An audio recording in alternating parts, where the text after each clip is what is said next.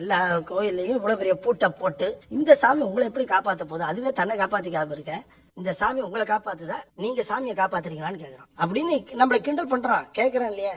நம்ம அந்த இறைவன்கிற கான்செப்ட் என்ன நம்ம புரிஞ்சு அவனுக்கு பதில் சொல்லலாங்க. ஒருத்தன் ஒரு குருகிட்ட போனான், போய் கேட்டான், எனக்கு இறைவனுடைய ஞானம் கிடைக்கணும், திருவருள் கிடைக்கணும், அவருடைய காட்சி எனக்கு கிடைக்கணும், அவ்வளவுதானே அப்படின்ட்டு ஒரு நடராஜர் சிலையை கொடுத்து இந்த போய் வழிபாடு செய்ய. இவன் நடராஜர் எடுத்துட்டு வந்து பக்தி பூர்வமா பூஜை எல்லாம் பண்ணிட்டு இருந்தான். ஒரு வருஷம் ஆச்சு, ஒன்னும் எஃபெக்டே இல்ல. அவன் என்ன பண்ணா, திரும்ப போய் குருகிட்ட ஒரு வருஷமா பண்றான், ஒண்ணுமே எஃபெக்டே இல்ல. சரி அப்படியா, சரி இந்த வள்ளி தேவனையோட முருகர் தர, இதை எடுத்துட்டு போய் பூஜை பண்ணு. அவன் என்ன பண்ணா, வள்ளி தேவானை எடுத்துட்டு வந்து பூஜை அறையில வச்சு அதுக்கு பூஜை எல்லாம் பண்ண ஆரம்பிச்சான். முதல் நாள் பூவெல்லாம் போட்டு எல்லாம் பண்ணிட்டு இந்த குங்குலியம் போட்டு அந்த புகை காட்டணுட்டு ஆரம்பிச்சான். போட போற நேரத்துல உனக்கு இந்த ஓரமா தூக்கி வச்சிருந்தான். யார? நடராஜரை. சுப்பிரமணியரை வச்சுட்டானே, அதனால இவரை ஓரம் கட்டிட்டான். ஓரம் கட்டணும். குங்குலியம் போட போற நேரத்துல உனக்கு ஒரு நினைப்பு வந்தது, இத்தனை நாள ஒரு வருஷம் இந்த ஆளுக்கு போனோம், நம்மள கவனிக்கவே இல்ல, புகை போட்டு போய் இந்த ஆளுக்கு எதுக்கு அந்த புகை போடும் அப்படின்னு ஒரு துணியை எடுத்தான், மூக்கோட சேர்த்து கட்டிட்டான். யாருக்கு? நடராஜருக்கு. கட்டிட்டு புகை போட்டா டக்குன்னு நடராஜர் வெளியில வந்துட்டார். சாமி நீயா?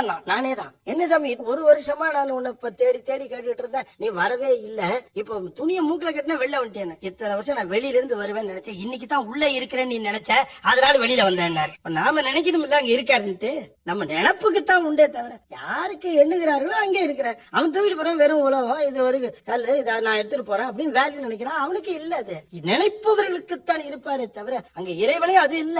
நம்ம அதுதானே முக்கியமா பார்க்கணும். இதெல்லாம் கடந்த நிலையில இருக்கிறவன் தானே, அது ஒரு சிம்பாலிக் ரெப்ரசன்டேஷன். வழிபாடு என்பது பாவனை தான், பாவனையில தவறு கிடையாது, அதுதான் துவக்கம். ஒரு படம் வைக்கிறோம், படத்துல ஈசன் படம் போட்டிருக்கு, அங்க சாமி இருக்கிறான்றோம், அது என்ன? அதுக்கு பேர் கற்பனை இல்ல, பாவனை. ஒரு படத்துல இருக்கிறதான்னு கேக்குறான் நம்மள, என்ன நீ படத்தை வச்சு கும்பிடுற, கல்ல வச்சு கும்பிடுற, சிலை வச்சு கும்பிடுறியன்னு கேக்குறான். ஏன்? அனுபவம் பாவனையில் துவங்குகிறது.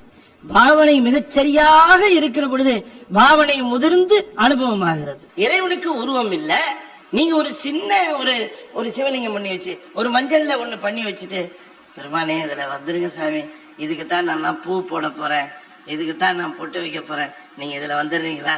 வந்து இறங்கிடலாம்.